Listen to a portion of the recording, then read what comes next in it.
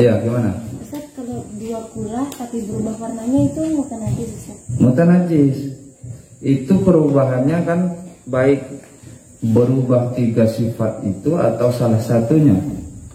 Jadi taghayyara fataghayyara kemudian berubah, kan begitu. Kalau air sudah mencapai dua kula kemudian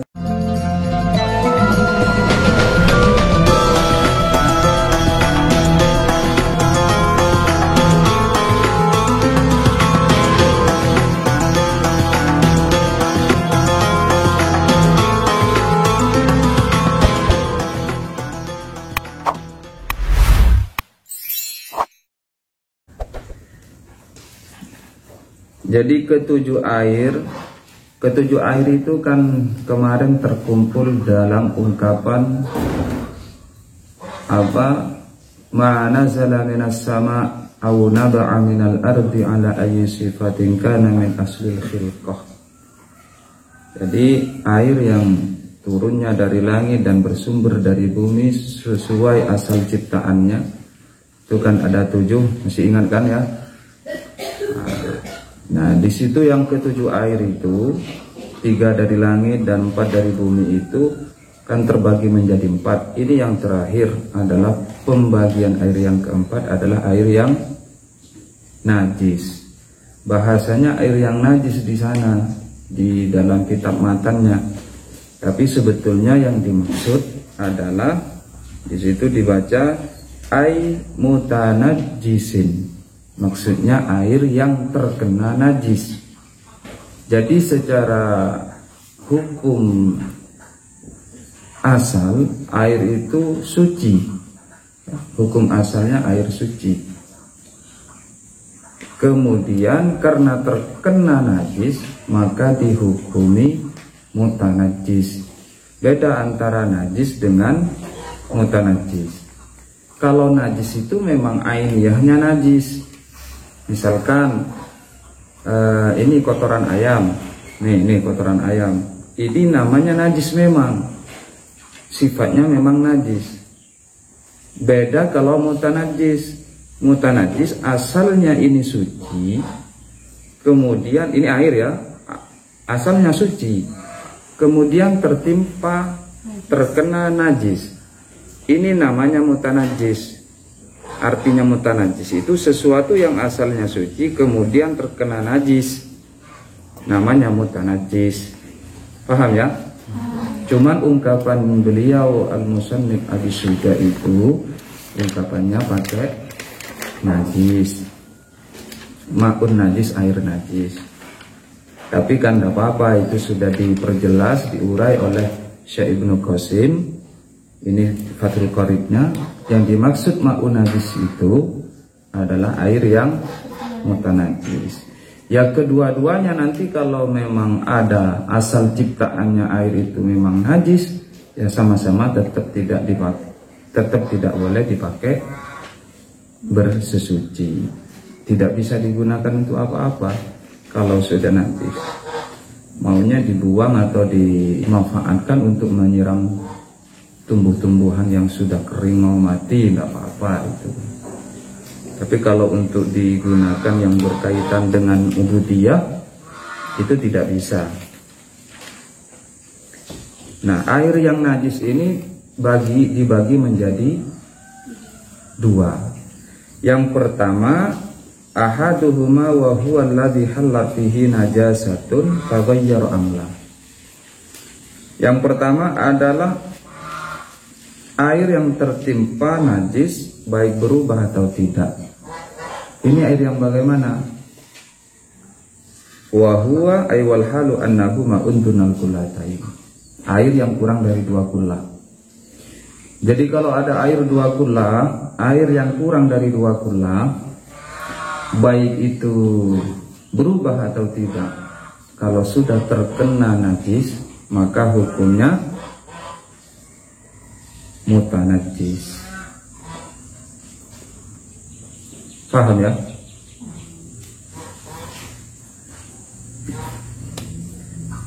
Ini air minum. Ya, air minum ini di dalam gelas ini kan suci. Ini berapa kula? tidak nyampe. 1 kurla pun tidak nyampe. Nah, yang kurang dari ukuran 2 kurla, nanti ada terangan 2 kurla itu ada nanti. Yang kurang dari ukuran 2 kurla kok terkena najis, misalkan masuklah kotoran cicak. Nah, ini sudah tidak bisa diminum karena najis, mutanajis, terkena najis. Baik taghayyar amla, baik ini berubah atau tidak airnya, baik berubah atau tidak sebab masuknya kotoran cicak tadi, ini tidak boleh diminum. Kelihatannya masih bening, nggak ada perubahan apa-apa, tapi di dalamnya ada tai cicak. Ya jangan diminum.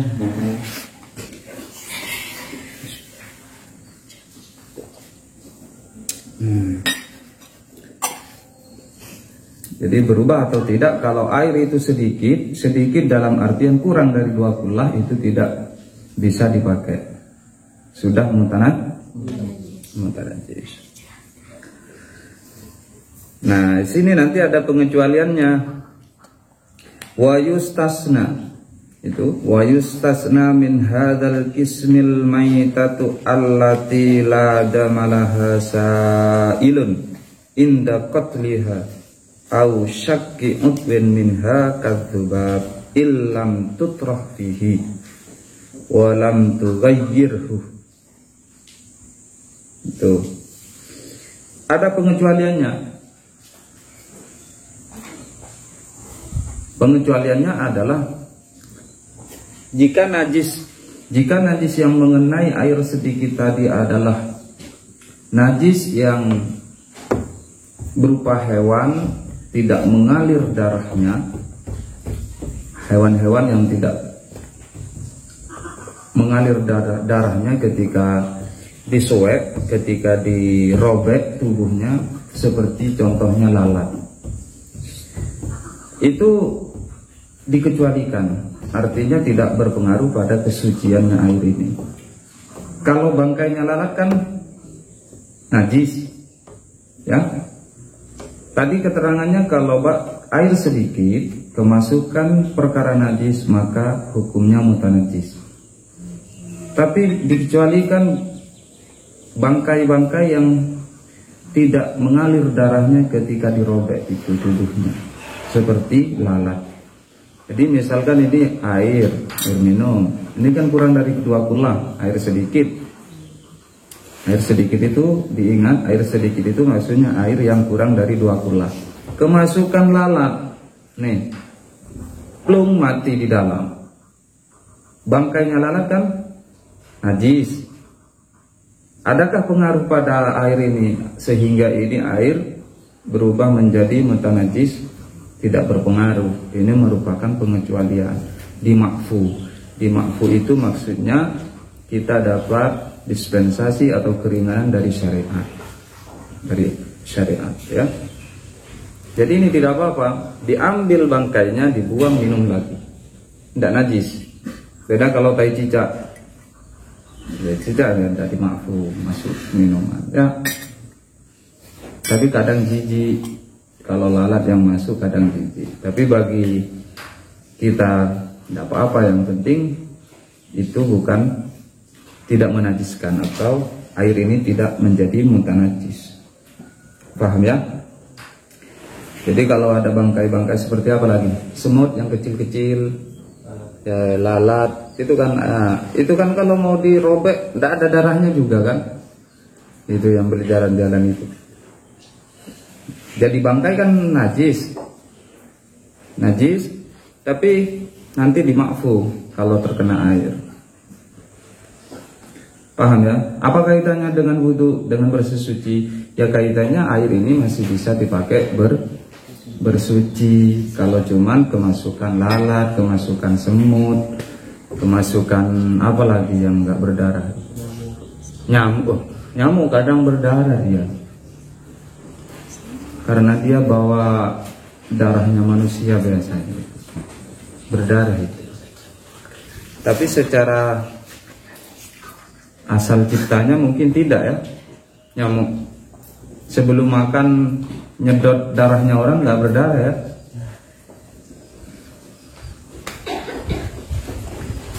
Oh, itu ada yang batu-batu. Sakit juga itu. Kasihan. Allah. Dah. Ada lagi pengecualinya. Wa kadza an-najasatu allati la yudrikuhu tarfu fa kullun minhuma la yunajjisul ma'a. Najis-najis yang tidak bisa ditangkap oleh panca indera, tidak terlihat oleh mata. Biasa ada najis-najis percikan-percikan yang tidak dilihat oleh mata itu tidak bisa berpengaruh pada air suci. Artinya tetap suci mensucikan. Ada percikan-percikan kecil yang tidak terlihat oleh mata, itu dikecualikan, tidak masalah.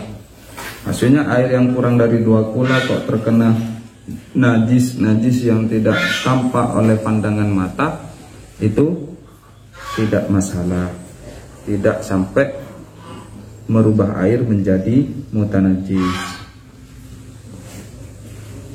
Paham ya? Itu yang pertama.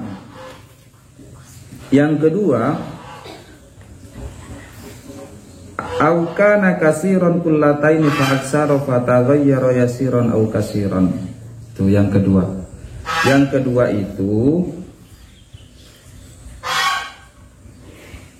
air yang sampai pada ukuran 2 kullah tapi berubah, baik perubahannya sedikit atau banyak. Ya, ada air sampai 2 kullah. 2 kullah sekarang kita bahas ukurannya. 2 kullah menurut kaul yang paling asok adalah 500 ritel bil Baghdad. Ini takaran di daerah Baghdad sana. Tapi kalau menurut yang ada dalam kitab Fiqhul Islami karya Syekh Wahbah Al-Suhaili itu 270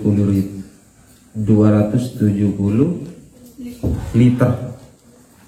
270 liter. Itu ukuran 2 kullah.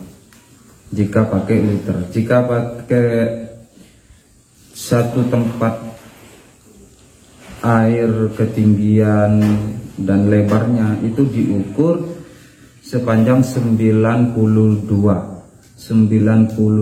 cm, hampir 1 meter kurang 8 cm.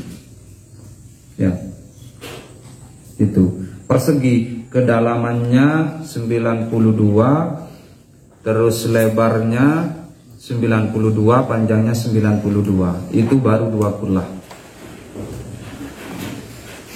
Jadi kalau air itu sudah mencapai 2 kullah kok terkena perkara najis, kemudian berubah, baik berubahnya itu sedikit atau banyak, ini akhirnya air tersebut menjadi air mutanajis, air mutanajis. Kalau air sedikit tadi berubah atau tidak, hukumnya tetap mutanajis. Tapi kalau airnya banyak terkena najis kemudian berubah, maka juga mutanajis. Paham ya perbedaannya?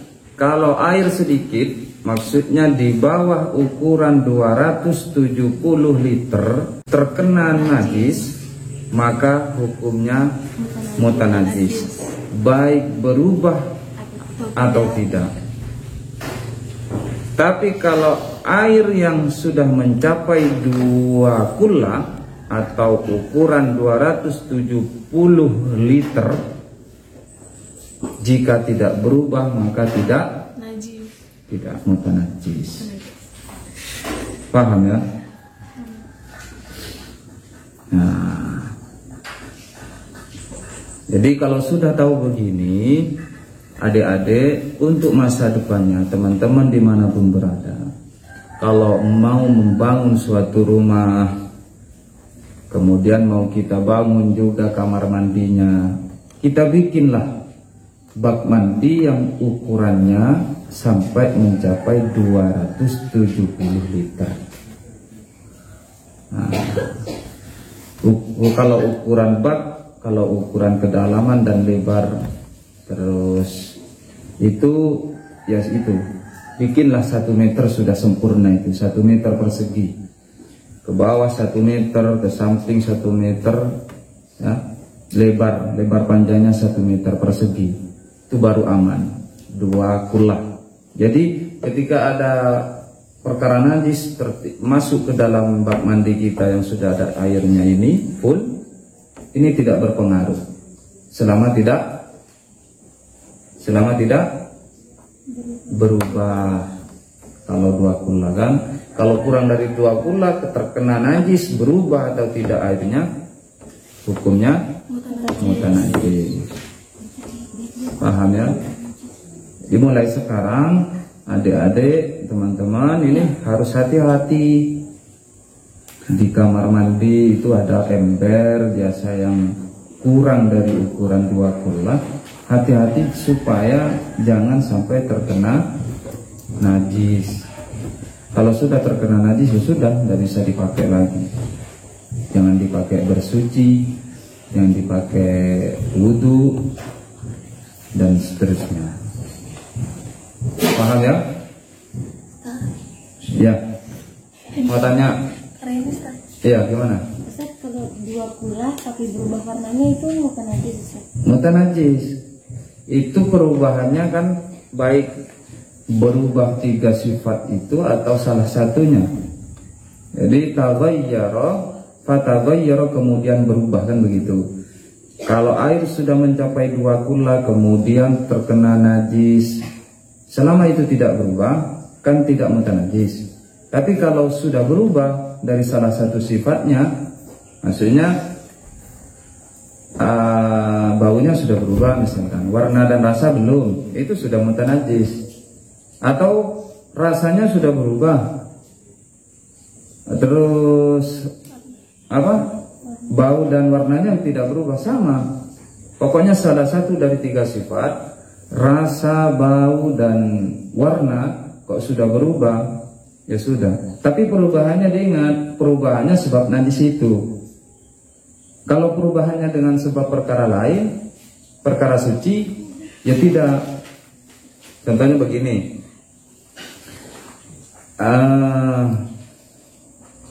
ada ceding kobok lah begini ya, ceding kobok ini sudah mencapai ukuran 2 kullah nih airnya. Biasa dipakai kobok santri. Kalau di pesantren dulu, pesantren Ustaz dulu di Lirboyo, itu ada ceding kobok setiap mau naik ke kamar atau mau naik ke ke gedung, itu ada ceding kobok dulu sebelum naik. Nah, di situ ada ceding kobok. Jadi biasa santri itu nggak pakai sandal, masuk dulu dia ceding kobok baru naik ke lantai. Nah, ini perubahannya banyak. Sudah tidak bening lagi. Asalnya kan diisi bening, kemudian berubah keruh. Nah, dilihat perubahannya ini karena najis apa karena debu, apa karena tanah. Kalau perubahannya keruh ini karena tanah, berarti ini tidak najis, karena perubahannya bukan sebab perkara najis.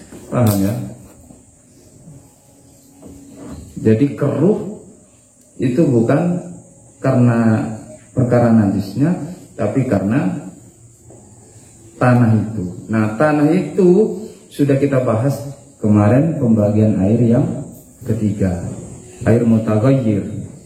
Air mutaghayyir, air yang salah satu sifatnya berubah disebabkan perkara suci, itu hukumnya apa kemarin?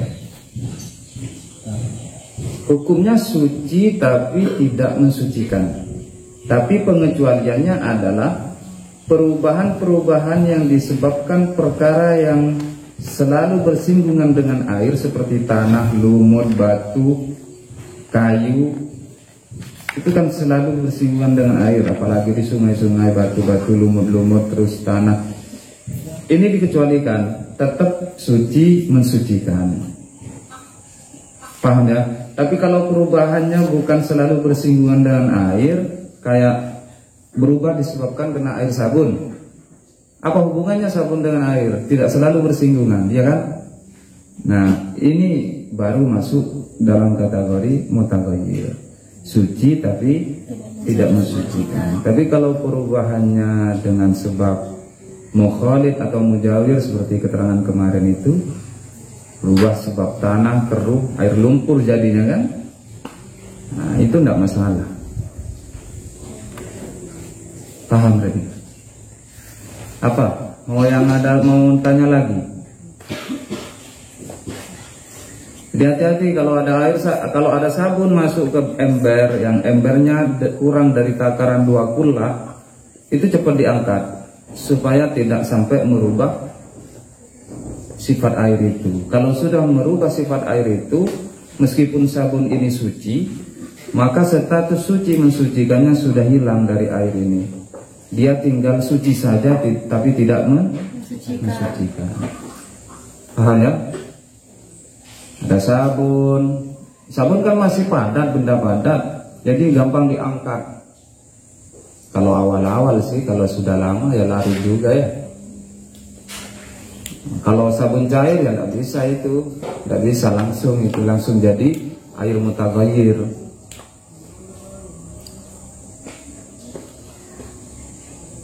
Ustaz, Ya. hari ini kita tanya lagi, Ustaz. Iya ya, terus tidak apa-apa. Ustaz, kalau kan airnya 2 kullah, Ustaz. Ya. Kejatuhan tikus, Ustaz, tapi tikusnya nggak mati. Oh, Langsung diangkat gitu bagaimana, Ustaz? air 2 kullah, kejatuhan tikus. Tikusnya jalan-jalan di atas kamar mandi terus jatuh, kan? Tidak apa-apa itu, karena selama dia tidak mati, tidak bangkai, bukan bangkai ya, dia belum berstatus najis. Kalau sudah jadi bangkai, baru dia najis, begitu. Atau tainya, kotorannya. Kalau kotorannya setelah jatuh ke dalam ngeluarin kotoran, ya sudah beres, itu najis jadinya. Di hewan-hewan itu selain anjing, kalau belum jadi bangkai itu masih berstatus suci. Itu. Apalagi? Ada lagi? Ayo kok, gimana pokoknya?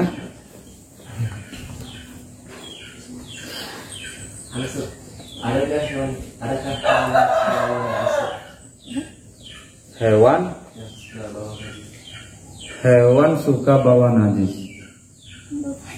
Adakah hewan yang suka bawa najis?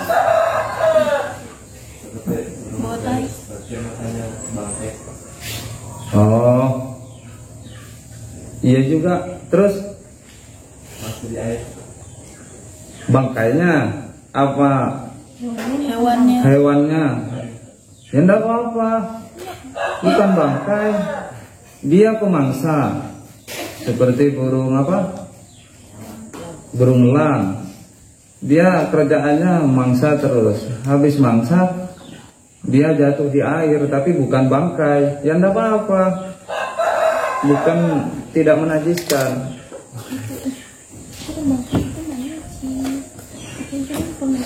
Apalagi? Apalagi Jo?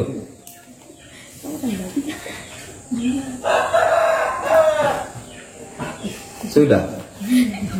Tidak apa-apa, mumpung ada waktu tanya, nanti kalau sudah pulang baru nanya. Aduh, lupa tadi nggak ditanyain.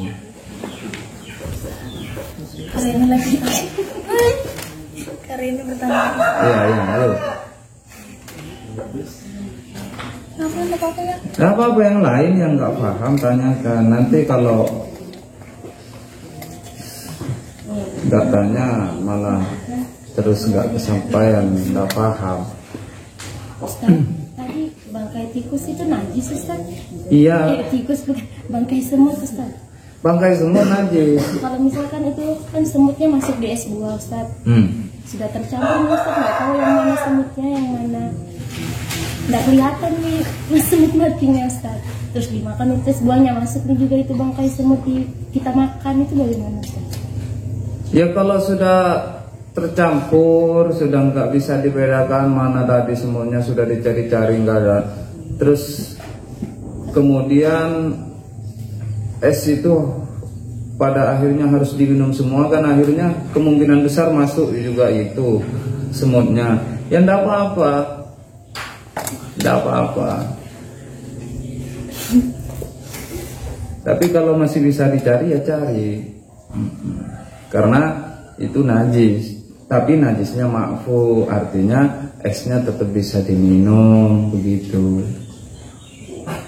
Kalau dilihat ada, nampak di mata, ya diangkat, jangan dibiarin di gitu.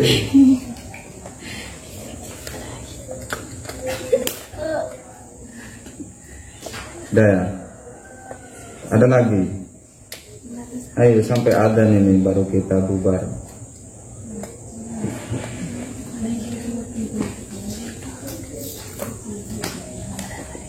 Yang lain yang nggak tanya ini nggak paham atau bingung atau bagaimana?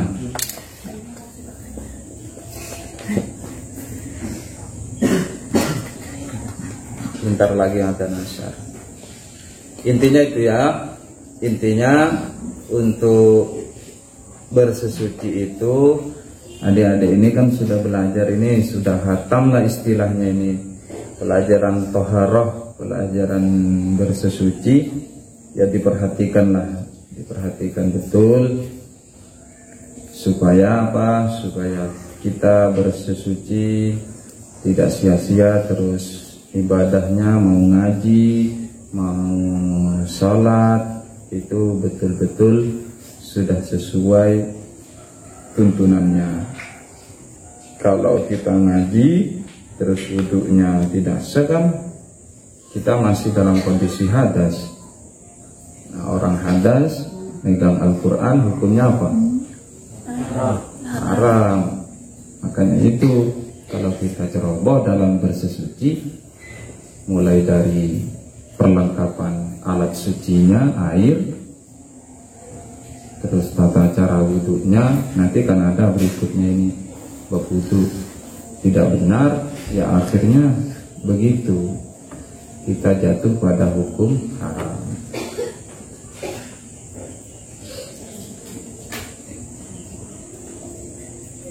Sudah ya?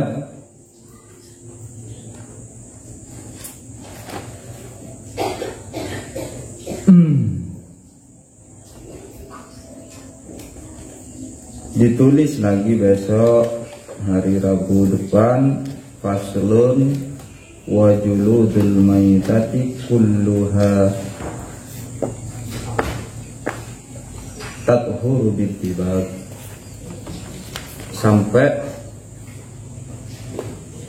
sampai fasal itu ya, sampai selesai itu, illal adami ya, tulis di yang anunya saja, yang di pinggirnya itu ya, sedikit itu, tapi penjelasannya panjang. Wallahu a'lam bishawab. Nafa'anallahu bi'ilmiha, nafa'anallahu bi'ilmiha. Al-Fatihah.